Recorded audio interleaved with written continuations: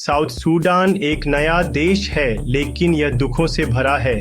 2011 में इसे आज़ादी मिली, अपने उत्तरी पड़ोसी सूडान के साथ दशकों तक संघर्ष करने के बाद। आज़ादी की खुशी ज़्यादा दिन तक नहीं रही। साउथ सूडान गरीबी और हिंसा के चक्रव्यूह में फंस गया। नमस्कार दोस्तों, ट्रॉपिकल महफूज में आपका हार्दिक स्वागत है। हमारा लक्ष्य है दुनिया के सभी देशों की खोज करना और उनकी उपयोगी जानकारी आप तक पहुंचाना। आइए आज जानते हैं दुनिया के सबसे गरीब देश दक्षिण सूडान के बारे में, जो आज तक जारी है। अब इसे दुनिया का सबसे गरीब देश माना जाता है। इसकी चुनौतियों की एक याद दिलाता है। यह नया देश संसाधनों से भरपूर है, खासकर तेल से। फिर भी इसके लोग बहुत गरीब हैं। इसके कारण जटिल और आपस में जुड़े हुए हैं। लंबे संघर्ष, भ्रष्टाचार और एक ही संसाधन, तेल पर निर्भरता से उभरे हैं। साउथ सूडान की दुर्दशा को समझने के लिए इसके अशांत अतीत को जानना जरूरी है। लंबी लड़ाइयों और राजनीतिक अस्थिरता से भरा हुआ ये गहरी जड़ें मुद्दे अभी भी देश पर छाए हुए हैं, इसके विकास में बाधा डाल रहे हैं और यह इसके लोगों को गरीबी के चक्र में फंसा रहा है। साउथ सूडान की कहानी दुखद है, लेकिन उम्मीद भी है। अंतर्राष्ट्रीय समुदाय शांति स्थापित करने, सुशासन को बढ़ावा देने के लिए मिलकर काम करे तो, और साउथ सूडान के लोगों को एक उज्जवल भविष्य बनाने के लिए सशक्त बनने में मदद करनी चाहिए। साउथ सूडान की आज़ादी का रास्ता खून से सना हुआ था।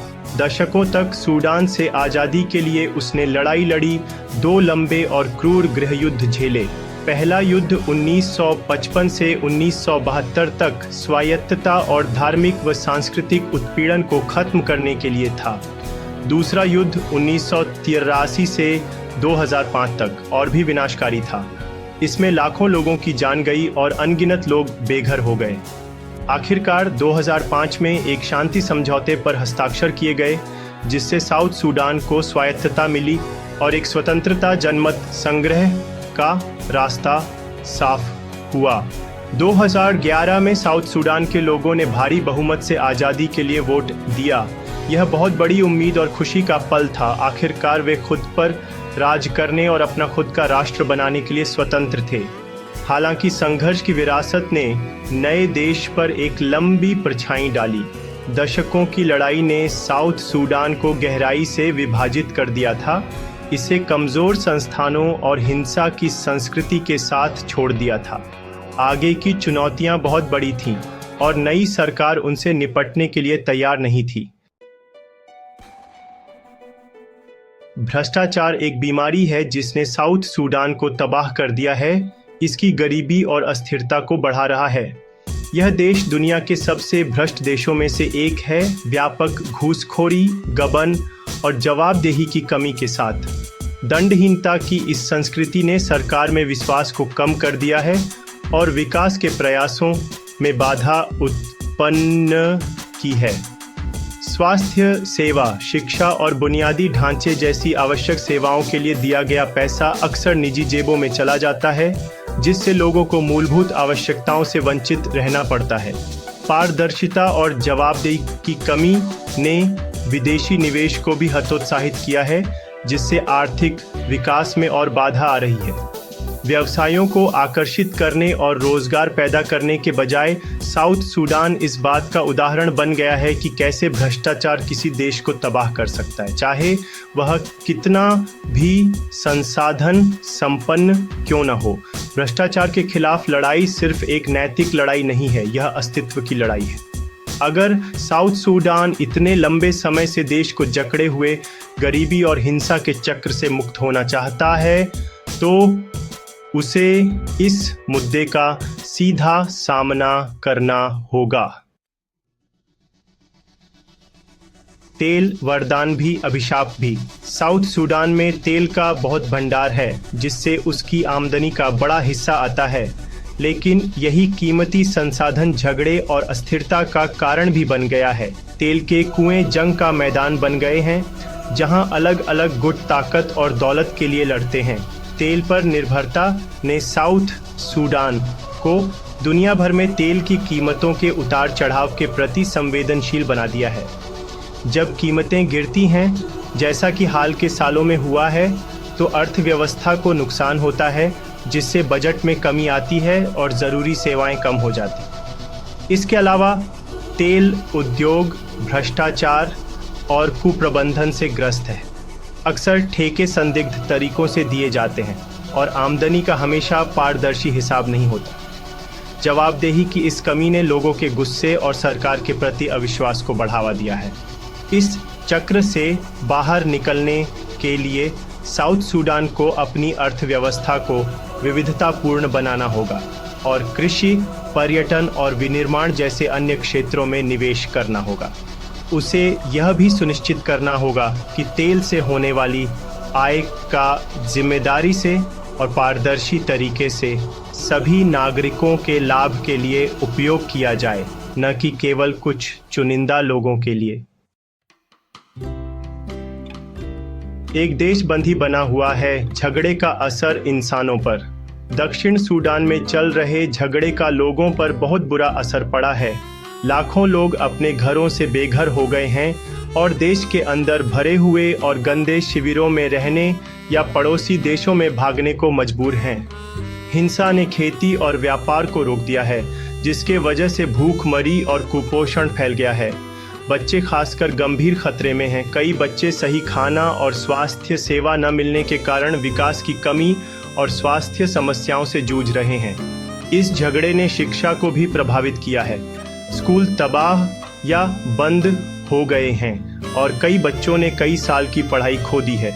यह खोई हुई पीढ़ी के सामने एक अंधकार भविष्य है, जिनको अपनी पूरी क्षमता तक पहुंचने का मौका नहीं मिला है। अंतर्राष्ट्रीय समुदाय ने मानवीय मदद के साथ जवाब दिया है, लेकिन ज़रूरतें बहुत ज़्यादा हैं और असुरक्षा और सरकारी रुकावट अक्सर मदद पहुंचाने में बाधा बनाते हैं। दक्षिण सूडान की स्थिति झगड़े के मानव नुकसान और शांति और स्थायित्व की आवश्यकता की याद दिलाती है। उम्मीद की किरण, क्या दक्षिण सूडान आज़ादी पा सकता है? इतनी मुश्किलों के बावजूद दक्षिण सूडान के लिए थोड़ी उम्मीद की किरण है। 2018 में एक शांति समझौते पर हस्ताक्षर किए गए, जिससे हिंसा के अंत की उम्मीद जगी। हालांकि स्थिति अभी भी नाजुक है, लेकिन कुछ सकारात्मक बदलाव हुए हैं, जैसे लड़ाई में कमी और एकता सरकार का गठन। हालांकि संघर्ष के मूल कारणों जैसे जातीय तनाव, राजनीतिक बहिष्कार और संसाधनों के लिए प्रतिस्पर्धा को दूर करने के लिए और भी बहुत कुछ करने की ज़रूरत है। सरकार को सुलह को बढ़ावा देने, पिछले अत्याचारों के लिए न्याय सुनिश्चित करने और सभी दक्षिण सूडानी लोगों का प्रतिनिधित्व करने वाले समावेशी संस्थानों के निर्माण के लिए काम करना चाहिए। अंतर्राष्ट्रीय समुदाय की भी शांति निर्माण के प्रयासों का समर्थन करने, मानवीय सहायता प्रदान करने और सुशासन को बढ़ावा देने में महत्वपूर्ण भूमिका है। मिलकर काम करके दक्षिण सूडान को गरीबी और हिंसा के चक्र से मुक्त करने और अपने लोगों के लिए एक उज्जवल भविष्य बनाने में मदद करने का मौका है। शांति और प्रगति का आह्वान। दक्षिण सूडान की कहानी बहुत ही दुखद है। यह हमें याद दिलाती है कि लड़ाई में कितना कुछ बर्बाद होता है और इतने सालों तक युद्ध के बाद देश को फिर से बनाना कितना मुश्किल होता है। लेकिन यह कहानी लोगों के हौसले की भी है, जो इतनी मुश्किलों के बाद भी एक अच्छे भविष्य की उम्मीद करते हैं। दुनिया के बाकी देशों को दक्षिण सूडान की मदद करनी चाहिए, उन्हें भूलना नहीं चाहिए।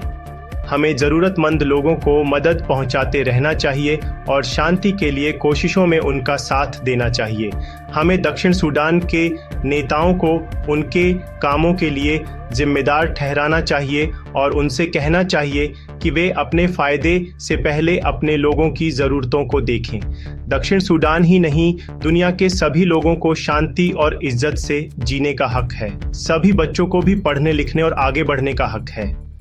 तो आइए, यह हम सबकी जिम्मेदारी है कि हम सभी बच्चों के सपने को पूरा करने में मदद करें। उनको आज की माध्यम से दुनिया दिखाएं, न कि आपकी देखी हुई रील्स और वीडियो दिखाएं, बल्कि वह दिखाएं जो उन्हें देखना चाहिए। अगर आपको यह वीडियो और जानकारी पसंद आई तो ट्रॉपिकल महफूज को फॉलो और सब्सक्राइब करना न भूलें। मिलते हैं अगले देश और उसकी कहानी के साथ। तब तक दुनिया को जानिए और सीखते रहिए। धन्यवाद।